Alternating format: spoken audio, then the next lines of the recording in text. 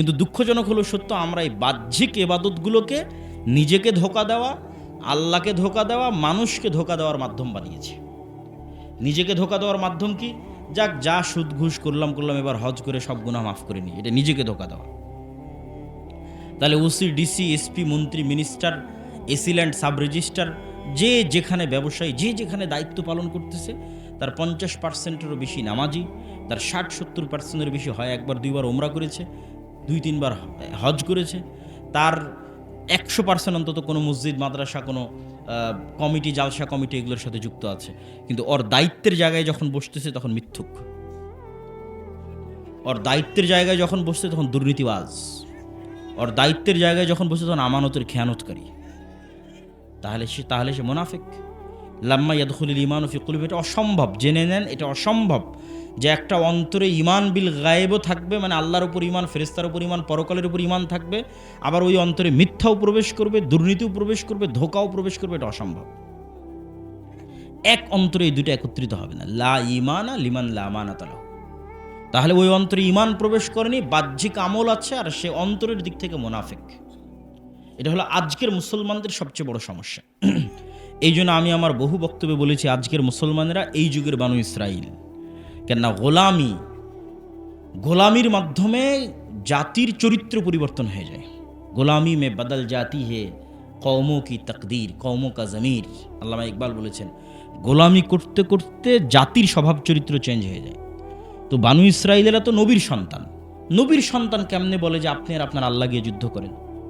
নবীর সন্তানেরা কেমনে বলে ঠিক আছে শনিবারের দিন মাছ ধরতে নিষেধ করলেন, আজ শনিবারের দিন আমরা বেড়া দিয়ে ঘিরে রাখবো, তো রবিবারের দিন মাছ ধরবো?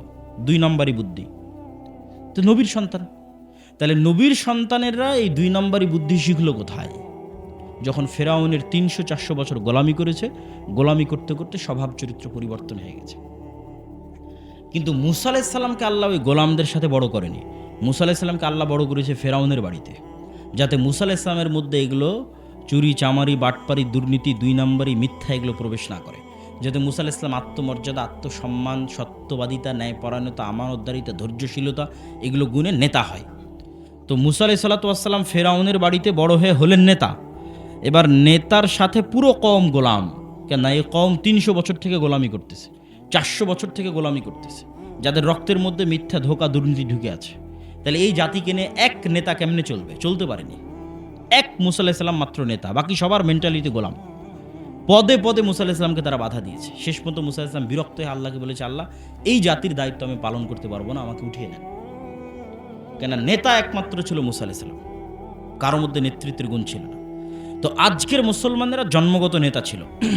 কেননা মুসলমানদের আদি পিতা তথা বানু ইসমাইলের বংশধর কোনোদিন গোলাম ছিল না। ফলত ইসমাইলের বংশধর পুরোটাই জন্মগত নেতা। যেমন আব্দুল মুত্তালেব কাফের এবং মুশরিক অবস্থায় মৃত্যুবরণ করেছে, কিন্তু কোনো মায়ের সন্তান দাঁড়িয়ে বলতে পারবে না যে আব্দুল মুত্তালেব কারো 1 টাকা মেরে নিয়েছে। কেউ দাঁড়িয়ে বলতে পারবে না যে আব্দুল মুত্তালেব এখানে ধোঁকাবাজি করেছে। আব্দুল মুত্তালেবের ছেলে আবু তালেব, আলী রাদিয়াল্লাহু তাআলা আনহুর পিতা, কাফের এবং মুশরিক অবস্থায় মৃত্যুবরণ করেছে, কিন্তু কেউ দাঁড়িয়ে বলতে পারবে না যে আবু তালেব কারো 1 টাকার তসরুফ করেছে, আবু তালেব কারো উপর অন্যায়ভাবে জুলুম করেছে, আবু তালেব কাউকে ধোঁকা দিয়েছে। কেন? এরা কোনোদিন গোলাম হয়নি, এরা জন্মগত নেতা, এরা কুরাইশ, এরা ইসমাইলের সন্তান, এরা জন্মগত নেতা। আবু সুফিয়ান প্রত্যেক যুদ্ধে মুহাম্মদ সাল্লাল্লাহু আলাইহি ওয়াসাল্লামের বিরুদ্ধে, বদরে মুহাম্মদ সাল্লাল্লাহু আলাইহি ওয়াসাল্লামের বিরুদ্ধে, উহুদে মুহাম্মদ সাল্লাল্লাহু আলাইহি ওয়াসাল্লামের বিরুদ্ধে, খন্দকে মুহাম্মদ সাল্লাল্লাহু আলাইহি ওয়াসাল্লামের বিরুদ্ধে নেতা তথা কাফের মুশরিকদের সর্দার, আর একদিকে মুসলমানদের সর্দার মুহাম্মদ সাল্লাল্লাহু আলাইহি ওয়াসাল্লাম। এই আবু সুফিয়ানকে যখন বাদশাহ হিরাক্লিয়াস জেরুজালেমে জিজ্ঞেস করছে মুহাম্মদ সাল্লাল্লাহু আলাইহি ওয়াসাল্লাম সম্পর্কে, তখন রেকর্ডার নাই, লাইভ নাই, ক্যামেরা নাই, কিচ্ছু নাই, তাও আবু সুফিয়ান মিথ্যা বলেনি, একটা শব্দ মিথ্যা বলেনি। কেন? এরা কুরাইশ, এরা ইসমাইলের সন্তান, এরা কোনোদিন কারো গোলামি করেনি, এদের জন্মগত স্বভাব ছিল নেতৃত্বের স্বভাব। ছিল মুশরিক, ছিল কাফের, কিন্তু গুণ ছিল নেতৃত্বের। ফলত নেতৃত্বের গুণাবলী সম্পন্ন আবু তালেবের ছেলে আলী যখন মুসলমান হয়ে গেছে, নেতৃত্বের গুণাবলী সম্পন্ন আবু সুফিয়ান যখন নিজে মুসলমান হয়ে গেছে, আবু সুফিয়ানের ছেলে মুআবিয়া যখন মুসলমান হয়ে গেছে, তাহলে একদিকে জন্মগত নেতৃত্ব আর একদিকে তাওহীদ, এই 2 শক্তিতে বলিয়ান হয়ে এরা হয়ে গেছে বিশ্বের নেতা। ছিল মক্কার নেতা, হয়ে গেছে বিশ্বের নেতা। উমাইয়ারাই সারা বিশ্ব শাসন করেছে, অর্ধ বিশ্ব শাসন করেছে। কেন আগে থেকেই ছিল জন্মগত নেতৃত্বের গুণ, 2 নম্বরে এসে যুক্ত হয়েছে মুহাম্মদ সাল্লাল্লাহু আলাইহি ওয়াসাল্লামের কাছ থেকে তাওহীদের গুণ, গায়েবের উপর ইয়াকিন, যে সারা বিশ্বের নেতা হয়ে গেছে। এই মুসলমানেরাই যখন এই উপনিবেশ, ইউরোপীয় উপনিবেশের 150 বছরের গোলামি, এই 150 বছরের গোলামিতে আমাদের স্বভাব চরিত্র পরিবর্তন হয়ে গেছে। আমাদের রক্তের মধ্যে মিথ্যা, ধোঁকা, 2 নম্বরে দুর্নীতি এগুলো ঢুকে গেছে। আপনি আজ ইউরোপ যান, আমেরিকা যান, লন্ডন যান, সবচেয়ে বেশি মিথ্যা ডকুমেন্টস দিয়ে, মিথ্যা পেপারস দিয়ে, মিথ্যা ওয়াদা দিয়ে, মিথ্যা তথ্য দিয়ে, মিথ্যা কথা দিয়ে, মিথ্যা বেনিফিটস নিয়ে সবচেয়ে বেশি বসবাস করতেছে মুসলমানেরা। পুরো জীবনটাই মিথ্যার উপর দাঁড়িয়ে আছে। তাহলে কিভাবে তারা নেতা হবে? আর মুসলমানেরা যেন কোনোদিন সত্য বলা শিখতে না পারে, যেন মিথ্যার উপরেই, দুর্নীতির উপরেই তাদের প্র্যাকটিস চলে, এই জন্য ইহুদি খ্রিস্টানেরা 2টা জিনিস মুসলমানদের উপর চাপিয়ে দিয়ে রেখেছে। একটার নাম গণতন্ত্র, আর একটার নাম সুদ। যেন কোনোদিন সত্য বলা শিখতে না পারে। গণতন্ত্র কেন?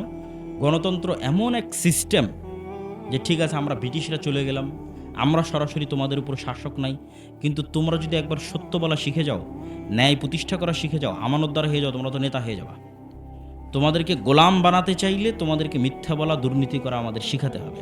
এই কালচার অব্যাহত রাখতে হবে। আর এই কালচার অব্যাহত রাখার জন্য গণতন্ত্র লাগবেই। গণতন্ত্র এমন এক সিস্টেম যেখানে এক দল আর এক দলের বিরুদ্ধে বলবে তো বলবেই। একই আসনের মনোনয়ন প্রার্থী একই দলের একজন আরেকজনের বিরুদ্ধে মিথ্যা, নিন্দা, গীবত, তহমত, দুর্নীতি, টাকা দিয়ে মনোনয়ন কেনার চেষ্টা করবে। তাহলে যতজন এমপি পদে দাঁড়িয়েছে এরা আল্লাহর দৃষ্টিতে গায়েবের লজিকে গোলাম। হতে পারে নেতা, হতে পারে এমপি, কিন্তু গায়েবের লজিকে এরা সব কি বলেন তো? গোলাম, কৃতদাস। কেন? শুরুটা হয়েছে মিথ্যা এবং দুর্নীতিতে, এরা নেতা হতে পারবে না। এই মিথ্যুক দুর্নীতিবাজ এমপি, মন্ত্রী, মিনিস্টার যখন দেশের দায়িত্ব নিবে, তখন ও ভারত আর আমেরিকার টাকার কাছে বিক্রি হয়ে যাবে। কেননা ওই জন্যই ওকে তৈরি করা হয়েছে।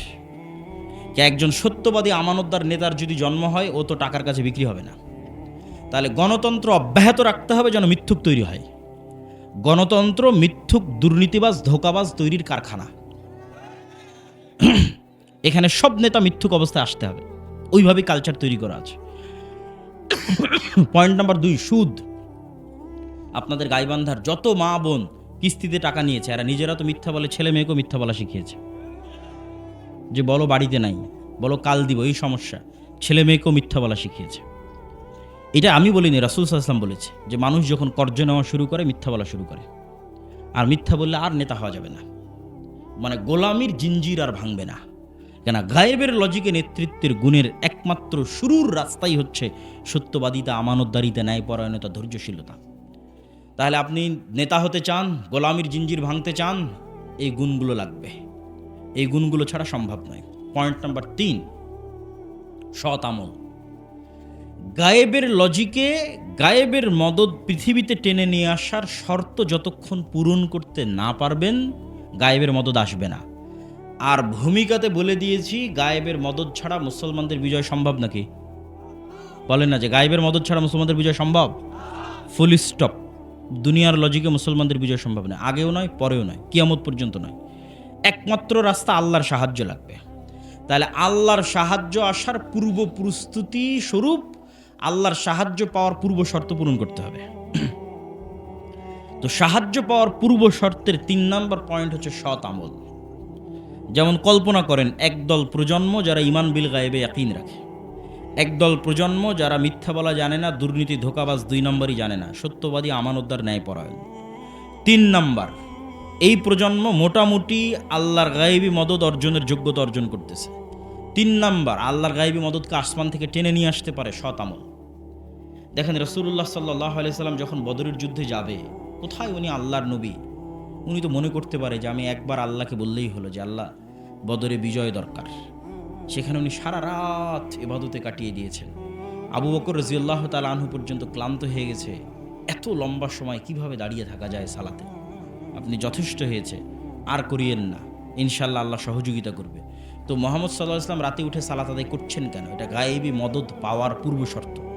গায়েবের মদদ যে টেনে নিয়ে আসবে আসমান থেকে, ফেরেশতা যে নামবে, তার পূর্ব শর্ত হচ্ছে রাতের সালাত লাগবে। সৎ আমল গায়েবের মদদকে পৃথিবীতে টেনে আনতে পারে। 5 ওয়াক্ত সালাত অনেক বড় সৎ আমল। আর সৎ আমলের মধ্যে সবচেয়ে বড় সৎ আমল যা গায়েবের মদতকে পৃথিবীতে টেনে আনতে পারে, একটা রাতের সালাত, একটা সকাল সন্ধ্যার জিকির। আল্লাহর সাহায্যকে পৃথিবীতে নামিয়ে নিয়ে আসতে পারে এমন দুইটা সর্বশ্রেষ্ঠ টেকনোলজির নাম রাতের সালাত, সকাল সন্ধ্যার জিকির। সকাল সন্ধ্যার জিকির কেন এত পাওয়ারফুল? সকাল সন্ধ্যার জিকির পৃথিবীর সকল অসম্ভবকে সম্ভব করতে পারে। পৃথিবীর এমন কোনো অসম্ভব নয় যে অসম্ভব সম্ভব নয় সকাল সন্ধ্যার জিকির দিয়ে। কেন সকাল সন্ধ্যার জিকির এত পাওয়ারফুল, তার আগে আপনাকে বুঝতে হবে আওয়াজ কেন পাওয়ারফুল। আল্লাহ সুবহানাহু তাআলা আসমান এবং জমিন সৃষ্টি করেছে আওয়াজ দিয়ে, কুন ফায়াকুন। আল্লাহ সুবহানাহু তাআলা আসমান, জমিন, চন্দ্র, সূর্য, তারকা, নক্ষত্র ধ্বংস করবে আওয়াজ দিয়ে। ইসরাফিলের বাঁশির আওয়াজ, ওই আওয়াজ যখন যাবে আসমান ওই আওয়াজ রিসিভ করবে, ওই আওয়াজ যখন যাবে জমিন ওই আওয়াজ রিসিভ করবে, ওই আওয়াজ যখন যাবে চন্দ্র ওই আওয়াজ বুঝবে, সূর্য ওই আওয়াজ বুঝবে। এইভাবেই সেট আপ করা আছে, এইভাবেই ডেভেলপ করা আছে, এইভাবেই ইনস্টল করা আছে। আওয়াজ বুঝা মাত্র সব ভেঙে চুরে চৌচির হয়ে যাবে। আওয়াজ সবচেয়ে পাওয়ারফুল, আওয়াজ সবচেয়ে শক্তিশালী। তার আরেকটা প্রমাণ দেন, ইউসাব্বিহু লিল্লাহি মা ফিস সামাওয়াতি ওয়া মা ফিল আরজ। আসমান, জমিন এবং তার মধ্যে যা কিছু আছে এটা কিন্তু গায়েব। আপনাকে গায়েবের নলেজ দিচ্ছি, গায়েবের লজিক দিচ্ছি। আল্লাহ কি বলছেন? আসমান, জমিন এবং তার মধ্যে যা কিছু আছে তার প্রত্যেকটা জীব জন্তু, জড়বস্তু, জড় পদার্থ, পশু পাখি, পোকা মাকড়, ধুলা বালি, মাটি, কাপড় চোপড় সব আল্লাহর তাসবিহ পাঠ করে। তাহলে ওই আউর পলও আল্লাহর তাসবিহ পাঠ করতেছে, এই টিস্যু আল্লাহর তাসবিহ পাঠ করতেছে, এই কাঠও আল্লাহর তাসবিহ পাঠ করতেছে। তাহলে এগুলো সবগুলো থেকে আওয়াজ বের হচ্ছে, আওয়াজ। যদি আপনি শুনতে পারতেন, আল্লাহ যদি আপনাকে শোনার ক্ষমতা দিত, তাহলে আপনি শুনতে পেতেন যেগুলো সবগুলো থেকে 24 ঘন্টা তাসবিহ বের হচ্ছে। কিন্তু আপনি শুনতে পাচ্ছেন না কেন? যেমন পিঁপড়ার চলার আওয়াজ আপনি শুনতে পান না, পিঁপড়া চললেও একটা আওয়াজ তৈরি হয়, পিঁপড়ার পায়েরও একটা আওয়াজ আছে। ওই আওয়াজ হাতি বুঝতে পারে যে পিঁপড়া যাচ্ছে, পিঁপড়ার পায়ের আওয়াজ। আর এক প্রাণী বুঝতে পারে। ওই লেভেলের আওয়াজ শোনার ক্ষমতা আপনার নাই, কিন্তু এগুলো প্রত্যেকটা থেকে আওয়াজ বের হচ্ছে। আওয়াজ সবচেয়ে শক্তিশালী, আওয়াজ সবচেয়ে পাওয়ারফুল। এবং আওয়াজ সবচেয়ে শক্তিশালী এবং সবচেয়ে পাওয়ারফুল দেখেই আল্লাহ অতীতে যত নবীকে যত মজেজা দিয়েছেন, সকল মজেজার চাইতে সবচেয়ে পাওয়ারফুল কোরআন। মুসা আলাইহিস সালামের লাঠির চাইতে কোরআন পাওয়ারফুল। ঈসা আলাইহিস সালামের মৃতকে জীবিত করার চাইতে কোরআন পাওয়ারফুল। কেননা কোরআন সরাসরি আল্লাহর নিজের আওয়াজ। বলেন আল্লাহু আকবার। কোরআন সরাসরি আল্লাহর নিজের সাউন্ড, আল্লাহর আওয়াজ। এর চাইতে পাওয়ারফুল আর কিছুই নেই পৃথিবীতে, এর চেয়ে শক্তিশালী আর কিছুই নেই পৃথিবীতে। সম্মানিত উপস্থিতি, বক্তব্যের শেষের দিকে যাওয়ার আগে এখানে গুরুত্বপূর্ণ আরও কয়েকটা কথা। এই যে আজকে আমরা আপনাদের প্রোগ্রামে এসেছি, এই প্রোগ্রামে আসা বাংলাদেশের 600 উপজেলায় এক বছরে যাওয়া সম্ভব নয়। 100টাও যদি প্রোগ্রাম করি তাও 6 ভাগের 1 ভাগে যাওয়া সম্ভব। তারপরেও এবার গাইবান্ধা তো অনেক প্রোগ্রাম নেওয়া আছে, কিন্তু এগুলো একটাও স্থায়ী সম্পর্ক নয়। এই 1 ঘন্টার বক্তব্য দিয়ে আমি আপনাকে কি শিখাবো? না দোয়া, না কালাম, না উজু, না সালাত, কিছুই শেখানো সম্ভব নয়। দিনের মৌলিক বেসিক জ্ঞান শেখার জন্য অবশ্যই মসজিদ ভিত্তিক মক্তব তৈরি করতে হবে। আব্দুর রহিম বিন আব্দুর রাজ্জাকও আপনাদের এই শাখাটা অঞ্চলে মক্তবের সফর দিয়ে গেছে। এই মক্তবের শিক্ষকগুলোকে জামিয়া সালাফিয়া ডাঙ্গিপাড়া, পাওয়া, রাজশাহীতে আর দাওয়া ইলাল্লাহর অধীনে ট্রেনিংয়ে পাঠাতে হবে। প্রতিনিয়ত ট্রেনিং চলতেছে। এখন পর্যন্ত প্রায় 700 মক্তব ট্রেনিং নিয়েছে। এই মক্তবগুলোর মধ্যে আন্তঃমক্তব প্রতিযোগিতা হচ্ছে, যেটা এনটিভিতে রমজানে প্রচারিত হবে। প্রায় 50 থেকে 60 লক্ষ টাকা বাজেট। এগুলোতে কোনো মাদ্রাসার ছাত্র অংশগ্রহণ করবেন, আপনাদের গ্রামের মক্তবের ছেলেমেয়েরা অংশগ্রহণ করবে। এই স্থায়ী সম্পর্কটা খুব জরুরি। এই একদিনের বক্তব্যে আমি শান্তি পাই না, কিন্তু যখন কল্পনা করি যে আমি দিন শেখানোর জন্য যে বইটা লিখেছি, তালিমুদ্দিন বা আদর্শ শিক্ষা, মক্তবের বাচ্চাদের দিন শেখানোর জন্য, ওইটার থেকে প্রতিদিন যদি কোনো মক্তবে কেউ দিন শেখানোর চেষ্টা করে, আমার বিশ্বাস ওই বাচ্চার মগজে মৃত্যু পর্যন্ত দিন স্থায়ীভাবে গেঁথে যাবে। ওইটা আমার কাছে, আমার নিজের কাছে প্রশান্তিদায়ক, যেটা একটা সাদাকায়ে জারিয়া। আমাদের কায়দা থেকে ট্রেনিং নিয়ে এসে যদি কোরআন পড়ায়, ওটা একটা সাদাকায়ে জারিয়া। এখানে আর আমি কতটুকু সাদাকায়ে জারিয়া করতে পারবো? এই মক্তবগুলোর সাথে সম্পৃক্ত হতে হবে। 2 নম্বর, আমাদের সাথে অসংখ্য মাদ্রাসা আল জামিয়া সালাফের সাথে মুআদালাভুক্ত হিসেবে পরিচালিত হচ্ছে। আজকেরটাও যেমন আছে, আশেপাশে আরও কয়েকটা শিক্ষা প্রতিষ্ঠান আছে। এবং সরাসরি নিবরাস ইসলামিক রিসার্চ ফাউন্ডেশন বা আল জামিয়া সালাফের হয়ে সরাসরি আমাদের পরিচালনায় তালুক ঘোড়াবান্ধা, যেটা সালাফিয়া রহমানিয়া মাদ্রাসা, এটাও আপনাদের কাছে, সেখানেও প্রোগ্রাম আছে। 18 তারিখ শাইখ আব্দুর রাজ্জাক বিন ইউসুফ আসবে ওই প্রোগ্রামে। এই প্রতিষ্ঠানগুলোর সাথে আপনাদের সম্পৃক্ততা বাড়াতে হবে। 3 নাম্বার হচ্ছে আমাদের যে বই পুস্তকগুলো আছে, যেমন আজকে যে বক্তব্যটা দিচ্ছি, যে বক্তব্যটা শেষ করব, এই বক্তব্যটা পুরোটাই লিখিত আকারে আল্লাহর পথে যাত্রা বয়ে আছে। হয়তো এতটা এইভাবে একটার পর একটা যেভাবে বলতেছে এইভাবে নাই, কিন্তু সবগুলোর দলিল সহ লিখিত আকারে আল্লাহর পথে যাত্রা, যেটা নতুন বই, এটা ঈমান বিল গায়বে ইয়াকিন তৈরি করার জন্যই লেখা। আজকে এই বইটা সম্ভবত নাই, কেন বইটা শেষ হয়ে গেছে, বাজারেই নাই। এই বইটা অনলাইন থেকে খুঁজে আপনাদের অর্ডার দিয়ে বইটি পড়ার উদাত্ত আহ্বান জানাচ্ছি। পাশাপাশি শায়েখ আব্দুর রাজ্জাক বিন ইউসুফের যে বইগুলো আছে, উপদেশ, সালাতের বই, দোয়ার বই, এই বইগুলোকে আপনারা মূল্যায়ন করবেন। এবং 1000 প্রশ্নোত্তরের একটা বই আছে ফতোয়ার, যেখানে তায়াম্মুম বলেন, অজু বলেন, ফরজ গোসল বলেন, হাইজ নেফাস বলেন, সালাত বলেন, সালাতের একদম শেষ পর্যন্ত 1000 প্রশ্ন উত্তর, এমন কোনো প্রশ্ন নাই যার উত্তর নাই। এই বইগুলোকে আপনারা মূল্যায়ন করবেন, আর যেটা মূল্যায়ন না করে যেতে পাবেন না, সেটার নাম মাসিক আল ইতিসাম। এই এত ব্যস্ততার মধ্যে, প্রতিদিন এত প্রোগ্রামের মধ্যে আমি নিজে 3টা প্রবন্ধ লিখি মাসিক আল ইতিসামে। একটা সম্পাদকীয় লিখি, একটা মিন্নাতুল বাড়ি লিখি, একটা স্বাভাবিক একটা প্রবন্ধ লিখি। এই মাসিক আল ইতিসাম যদি আপনারা মূল্যায়ন না করেন, তাহলে আপনাদের সাথে আমাদের স্থায়ী যোগাযোগ নাই। আপনারা যারা শিক্ষিত মানুষ, পড়তে চান, আমাদের লাস্ট পয়েন্ট শিক্ষা এবং জ্ঞান, সেটা সম্পর্কে বলবো, তখন বুঝবেন শিক্ষা জ্ঞানের গুরুত্ব কী। তো এই মাসিক আল ইতিসামকে মূল্যায়ন করবেন। আমরা কি বলছিলাম, সকাল সন্ধ্যার জিকির পৃথিবীর এমন কোনো অসম্ভব নাই যা সম্ভব করতে পারে না। সকাল সন্ধ্যার জিকির এমন কোনো অসম্ভব নাই যা সম্ভব করতে পারে না। যেমন জাকারিয়া আলাইহিস সালাতু ওয়াস সালাম বলছেন, আল্লাহ আমার সন্তান দরকার, বন্ধা স্ত্রী, তিনি বৃদ্ধ, কেমনে সম্ভবে অসম্ভবকে সম্ভব করা?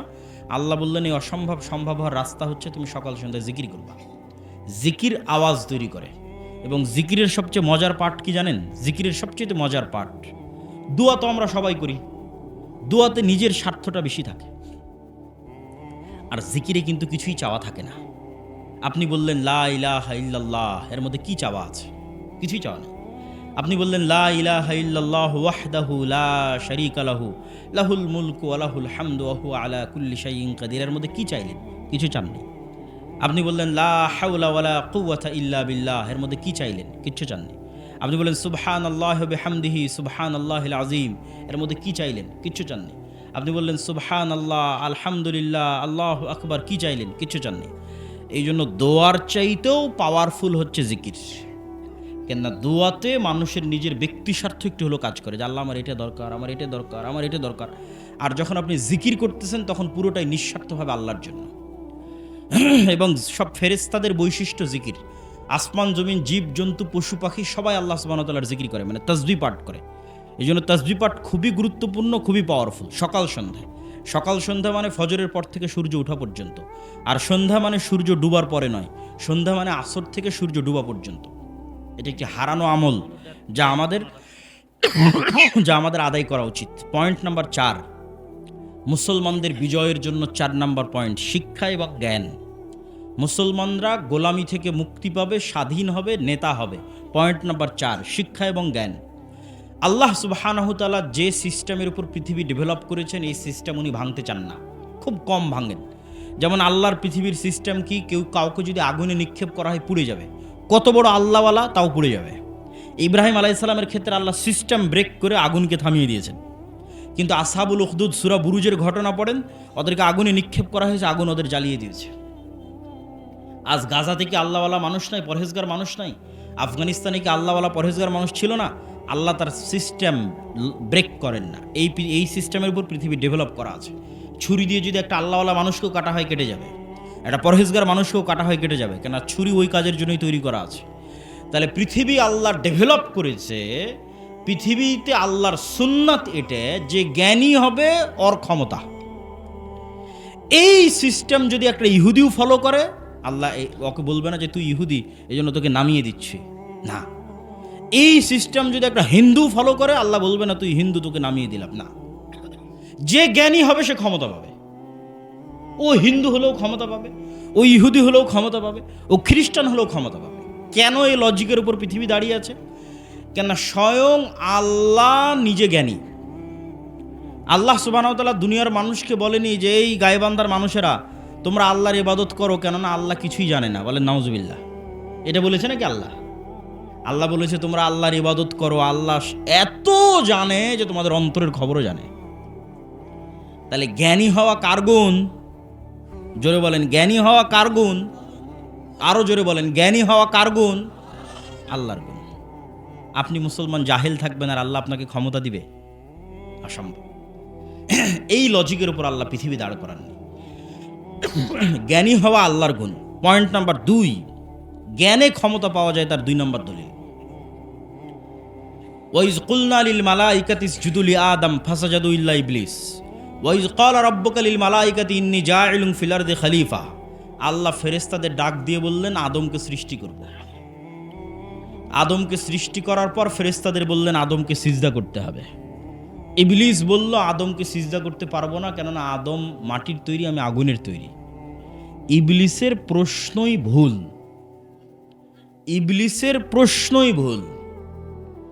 কেননা ইবলিসের প্রশ্ন হচ্ছে ইবলিস আগুনের তৈরি হয়ে মাটির তৈরি, আদমকে সিজদা দিবে না। যদি কি থেকে তৈরি হয়েছে এটাই লজিক হয়, তাহলে ইবলিসের চেয়েও শ্রেষ্ঠ জিনিস দিয়ে ফেরেশতারা তৈরি হয়েছে, এটা হচ্ছে নূর। কথা মানে আমার বুঝতে পারেননি? আগুনে তৈরি হওয়ার কারণে ইবলিস যদি আদমের তৈরি, মাটির তৈরি আদমকে সিজদা না করে, তাহলে ফেরেশতারা নূরের তৈরি, তো জিনের চেয়েও শ্রেষ্ঠ জিনিস দিয়ে তৈরি হয়েছে, তারা কেমনে সিজদা করবে? প্রশ্ন কেন ভুল? আল্লাহ আদমকে তৈরি হওয়ার কারণে কি থেকে তৈরি করেছে এই কারণে সম্মান দেয়নি। আল্লাহ আদমকে সম্মান দিয়েছে কেন? আদম ফেরেশতার চেয়েও জ্ঞানী, জিনের চেয়েও জ্ঞানী। বলেন আল্লাহু আকবার।